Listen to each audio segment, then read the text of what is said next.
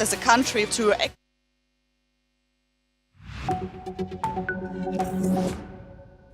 Hello and welcome, I'm Thomas Porteous and you're watching The World Report on NewsX World. Let's take a look at some of the top headlines of the hour.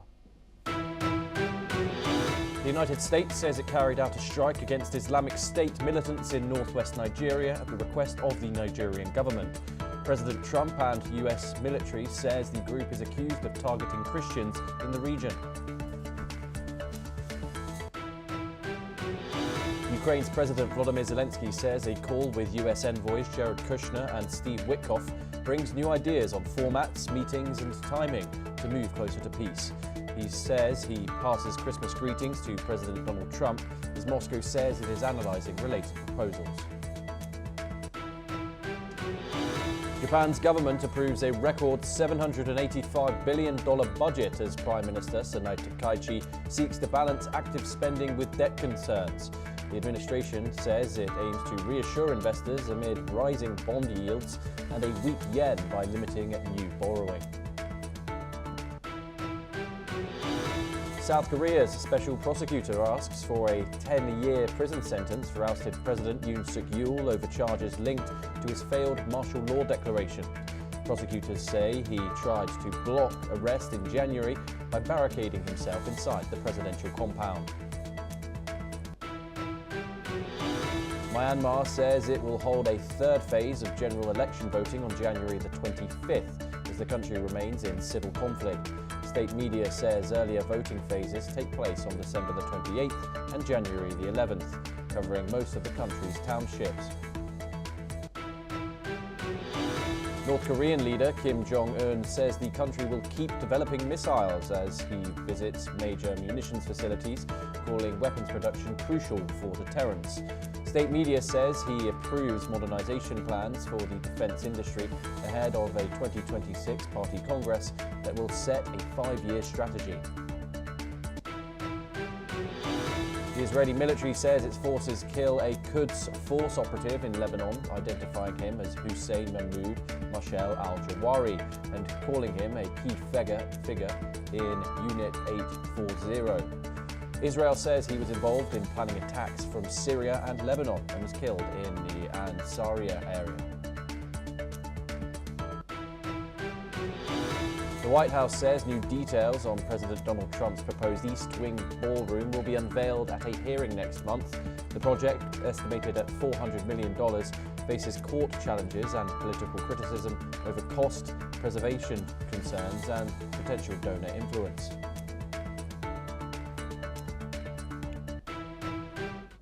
We start in the United States this hour, and the US President Donald Trump has posted a message on his Truth Social platform where he has wished a Merry Christmas to those he called sleazebags who loved Jeffrey Epstein.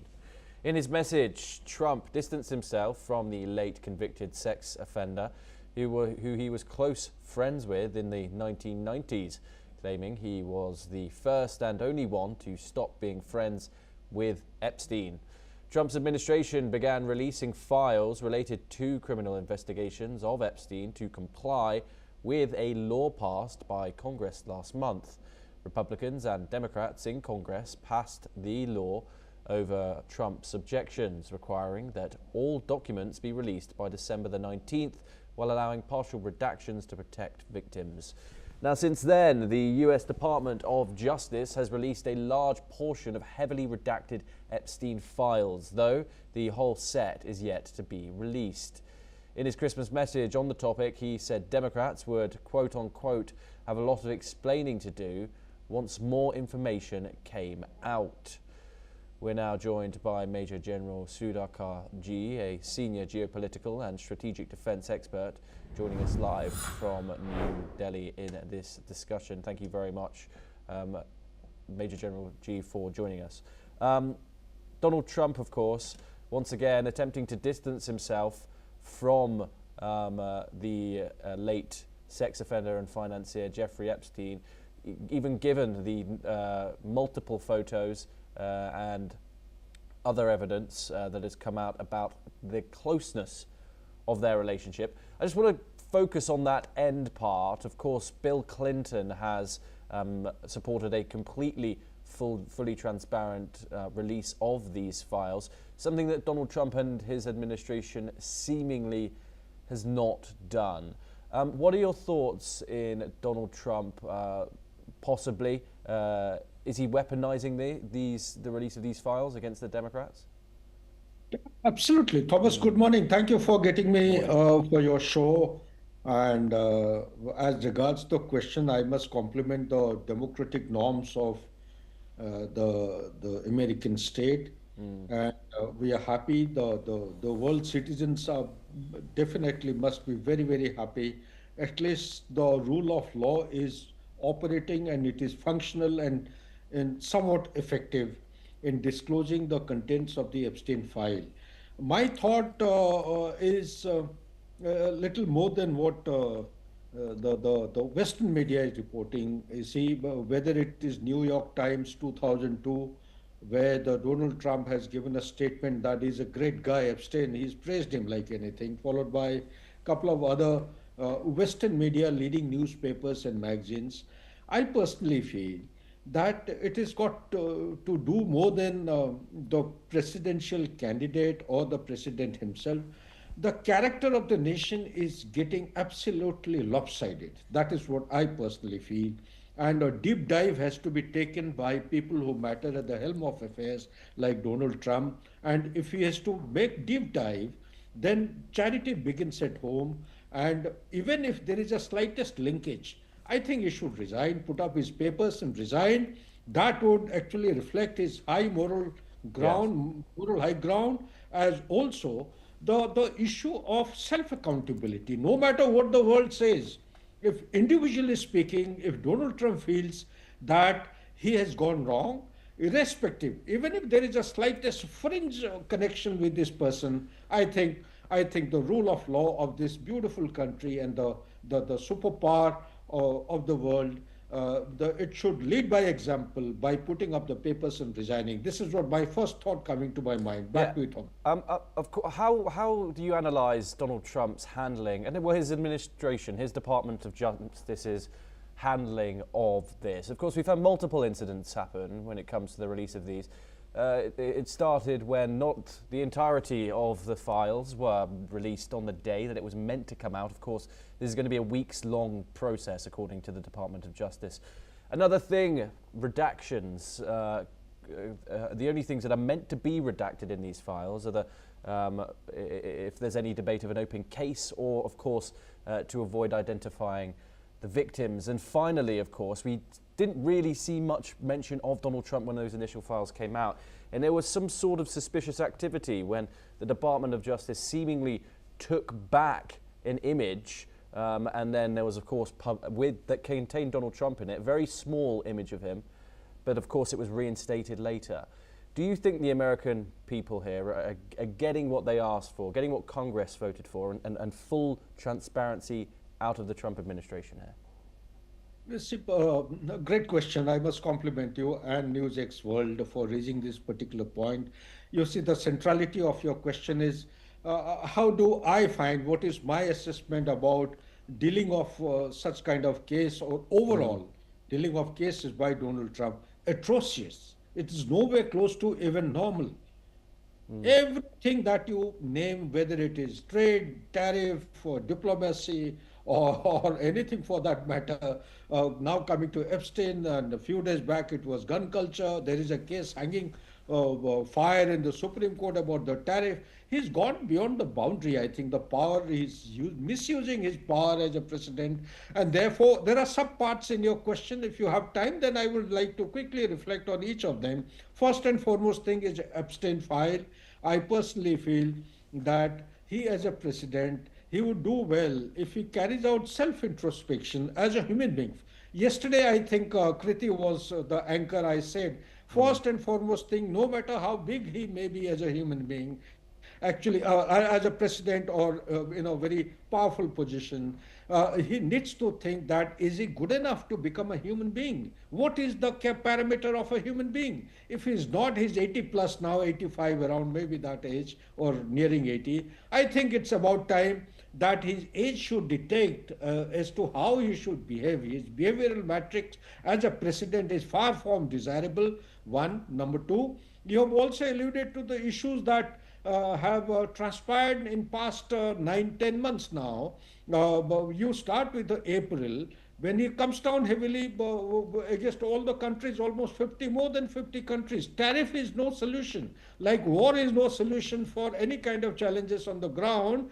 Diplomacy and dialogue should be kept open. We are in 21st century. The world order has undergone change. And now the gravity is actually shifting from geopolitics to geoeconomics. China is leading miles ahead, left the USA Yes. behind in many things. Therefore, it will do him good to actually carry out some kind of an introspection and analysis in a pragmatic manner and come out clean, because he would do well, president or no president. There are bigger things in life as a human being. If he emerges successful as a self-accountable human being, I think that would be a bigger joy and satisfaction than becoming a successful president with such malified activities hidden behind the scene and not coming out. And this Epstein file has been disclosed. It has come out after so much of pressure from the Democrats. And he himself had given a commitment during election campaigning that come his presidency, he would go all out to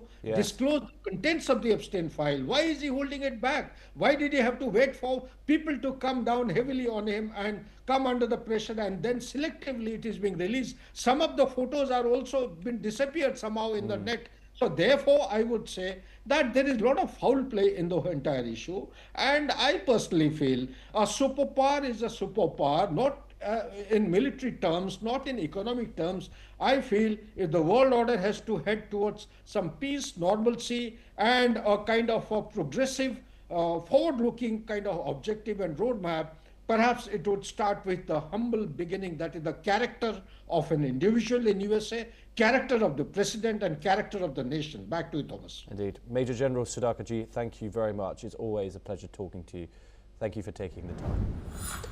We now move on and down south, where Venezuela has released 99 prisoners on Christmas Day, with the government describing the move as a gesture of goodwill.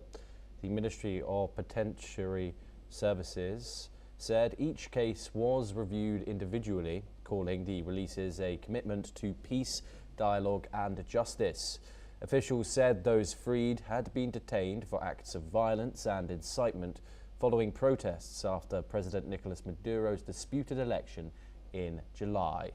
Demonstrations erupted after the opposition claimed victory for former Ambassador Edmundo González Urita, now in exile, and around 2,400 people were arrested during the unrest, though nearly 2,000 have since been released.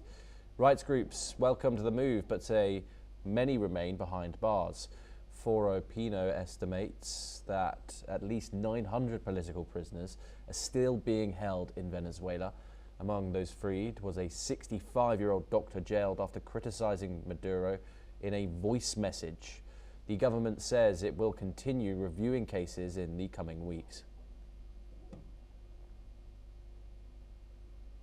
Now we turn to East Asia, and Japanese Prime Minister Sanai Takaichi's cabinet has approved of $785 billion budget for the next fiscal year, aiming to strike a balance between her proactive fiscal policy and debt blowout concerns, limiting new bond issuance. The budget for the year starting from April, to be submitted to Parliament early next year, will total a record of $784.63 billion, exceeding this year's initial budget of $737 billion. The Takaichi administration has also compiled a record defence budget of over $57.89 billion for the fiscal year of 2026. This is an increase of 3.8% of the previous year. Meanwhile, the Japanese government spokesperson, Minoru Kihara, has responded. Let's take a listen in to what they had to say.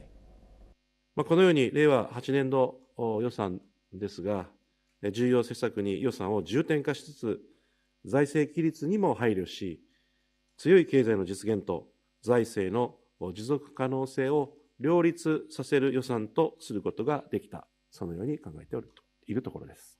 また、防衛力強化など、従来から財源を確保して、複数年度で計画的に取り組んでいる重要政策について、引き続き予算を増やしております。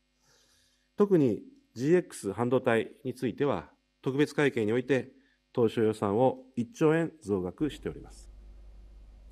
Joining us now is Dr. Asta Chadha, an Associate Professor of International Relations, joining us from Ritsu Mikan University in Kyoto, Japan. Thank you very much for joining us, Dr. Chadha. It's always a pleasure. This new budget, what is the government's justification for approving this record $784.6 billion budget, despite Japan's already huge public debt?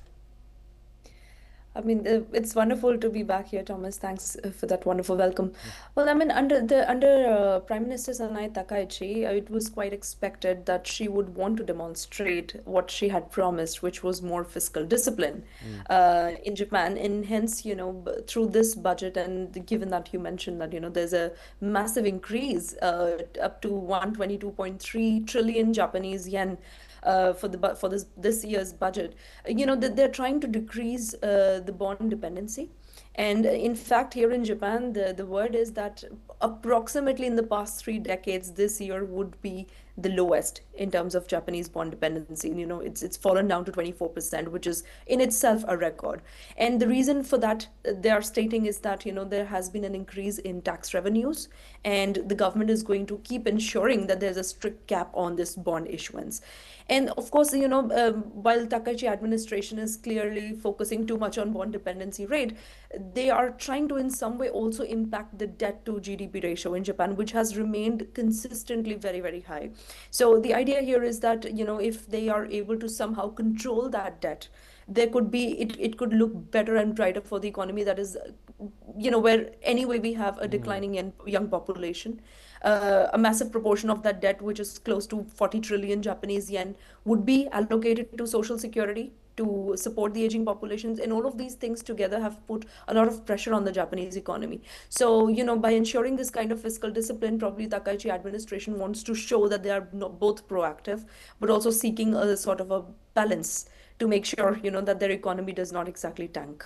Yeah, and another thing to note, of course, is this rise in defense spending, 3.8% to over $57.8 billion for the 2026 fiscal year. Given the tensions with China, what do you think triggered this? Was this expected prior to those tensions rising, do you think, or is this something that has been increased given the current circumstances? There are 3 main factors here. One is that, we have been hearing these debates about increasing the defense budget, even under the first Trump administration, when the idea was that Japan should bear greater responsibility of security in the region. And this was, I'm talking back in Prime Minister Abe's term, the Prime Minister who's no more. And then when Prime Minister Sanai Takaichi, when she was contesting the election, she was looking for this position, she also stated that if she comes to power, she would increase the defense budget. And the third aspect is, as you mentioned, there are heightened security threats in and around Japan and the Japanese islands. Japan is trying to basically transform its self-defense force, which was primarily very defensive, from a defensive posturing to a counter-strike and standoff capability posturing. They are trying to make sure that there's technological evolution. Japan is trying to have more drones, more air self-defense capabilities, and all of these things demand a higher budget. And then lastly, this is something which is not discussed much outside Japan, but Japanese military is currently very heavily understaffed. So, they've tried several things. They've tried to have more people. They are investing in AI. They've tried to attract more women into the self-defense forces, but most of these measures have not exactly worked out how they wanted. So probably, for the government, the last resort is, okay, let's increase the defense budget, let's have more machines, let's have more advanced technology into the military, and then, of course, they will also need to make some structural changes within the self-defense forces. But all of it is in general to make sure that Japan appears both more prepared and also more willing to take on the larger share of security burden in the wider Indo-Pacific. Yes, Dr. Chadha, thank you so much. And do stay with us as we move over to the Korean Peninsula for our next story. And South Korea's special prosecutor has requested a 10-year prison sentence for former President Yoon Suk-yeol on obstruction of justice charges related to his declaration of martial law in December of 2024. The request was made during the closing hearing of his trial. Yoon is accused of preventing a proper cabinet review of the martial law decree and later using the Presidential Security Service to block investigators from executing an arrest warrant. The ousted leader, who was impeached and removed from office in April, has denied all charges. Meanwhile, he is being held in a correctional facility and a verdict is expected by January the 16th. Joining us once again is Dr. Chadha to discuss the ongoing situation in South Korea. What exactly constitutes an obstruction of justice in this trial? And how unusual is it in South Korea's legal history for a former president to face a 10-year sentence?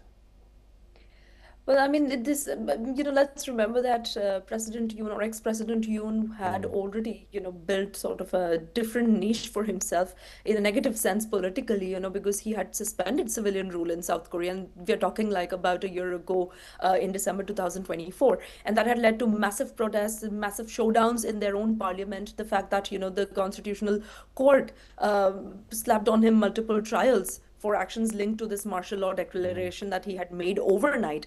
So the prosecutors currently in South Korea are seeking, a 10-year prison sentence for ex-president, precisely because they feel that he has not only, deliberately excluded cabinet members from martial law meetings. He's trying to block any investigations. He's also trying to block out people who are part of this investigations, and just to add to the worries, his decision to declare martial law, he tried to justify those by, saying that, it was a fight against pro-China or pro-North Korea or treason-related activities, so on and so forth. I mean, in South Korean history, this was, first of its kind of case wherein a president or somebody in that position of power was actively seeking obstruction of justice. So, given that, I suppose, given that, and as part of their law, it is justified for the prosecutors to seek a decade-long sentence. However, this is not all. I mean, if he's found to be, guilty in all of the other trials that he's undergoing currently, the sentence could either be increased or, there could be harsher punishments for him. But what, on a positive note, what this does show is that even though South Korea had, suffered this very, let's say, negative phase for its democracy in the past 1 year, at least its institutions are strong enough and are capable of holding even the people in power accountable. So that is, that I would see as a very, very positive, outcome coming out of this legal order. Indeed, and of course, Dr. Chadha, this happened just over a year ago now, of December the 3rd of 2024. The martial law declaration lasted about 6 hours. Was there any real justification for the martial law that was imposed, or was it purely a cling to power? Of course, Yoon denies that latter one. I mean, if President Yoon can be listened to even partially seriously, like I mentioned, he was stating that he was fighting, forces that were anti-South Korea, included names of people or political parties pro-China or pro-North Korea, and he justified those.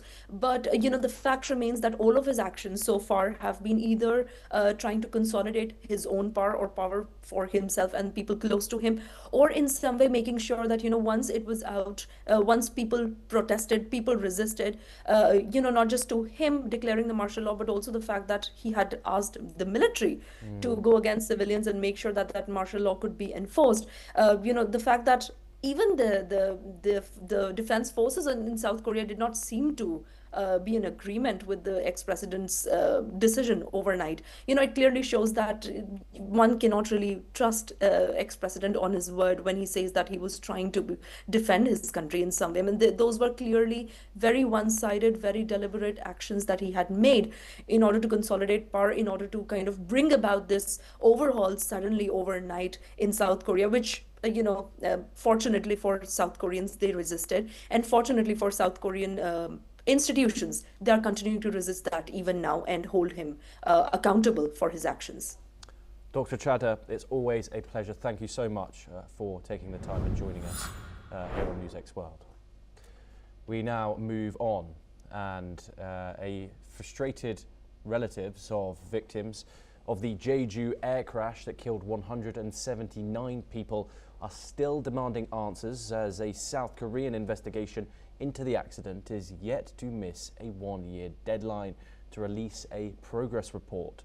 Two officials have said that the country's accident investigation board will not be in a position to release the interim update by the first anniversary, December the 29th, one of the worst aircraft accidents in South Korean history.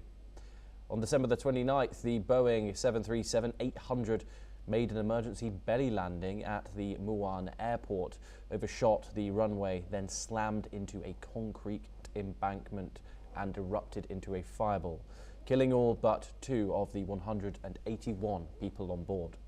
The government-led Aviation and Railway Accident Investigation Board said in a preliminary report in January that both of the plane's engines had sustained bird strikes. The pilots shut off the less damaged engine after the bird strike, and investigators said in a July update that was not released publicly due to objections from victims' families. 그냥 이런저런 의심만 더 커지고 있는 것 같아요.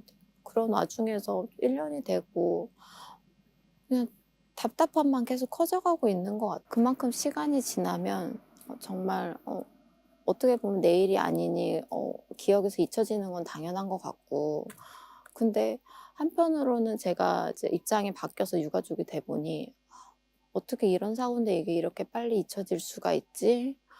그리고 좀 되게 이 단어를 뭐라고 표현을 해야 될지 모르겠어요. Well, that concludes our program this hour. Keep watching NewsX World for more international updates.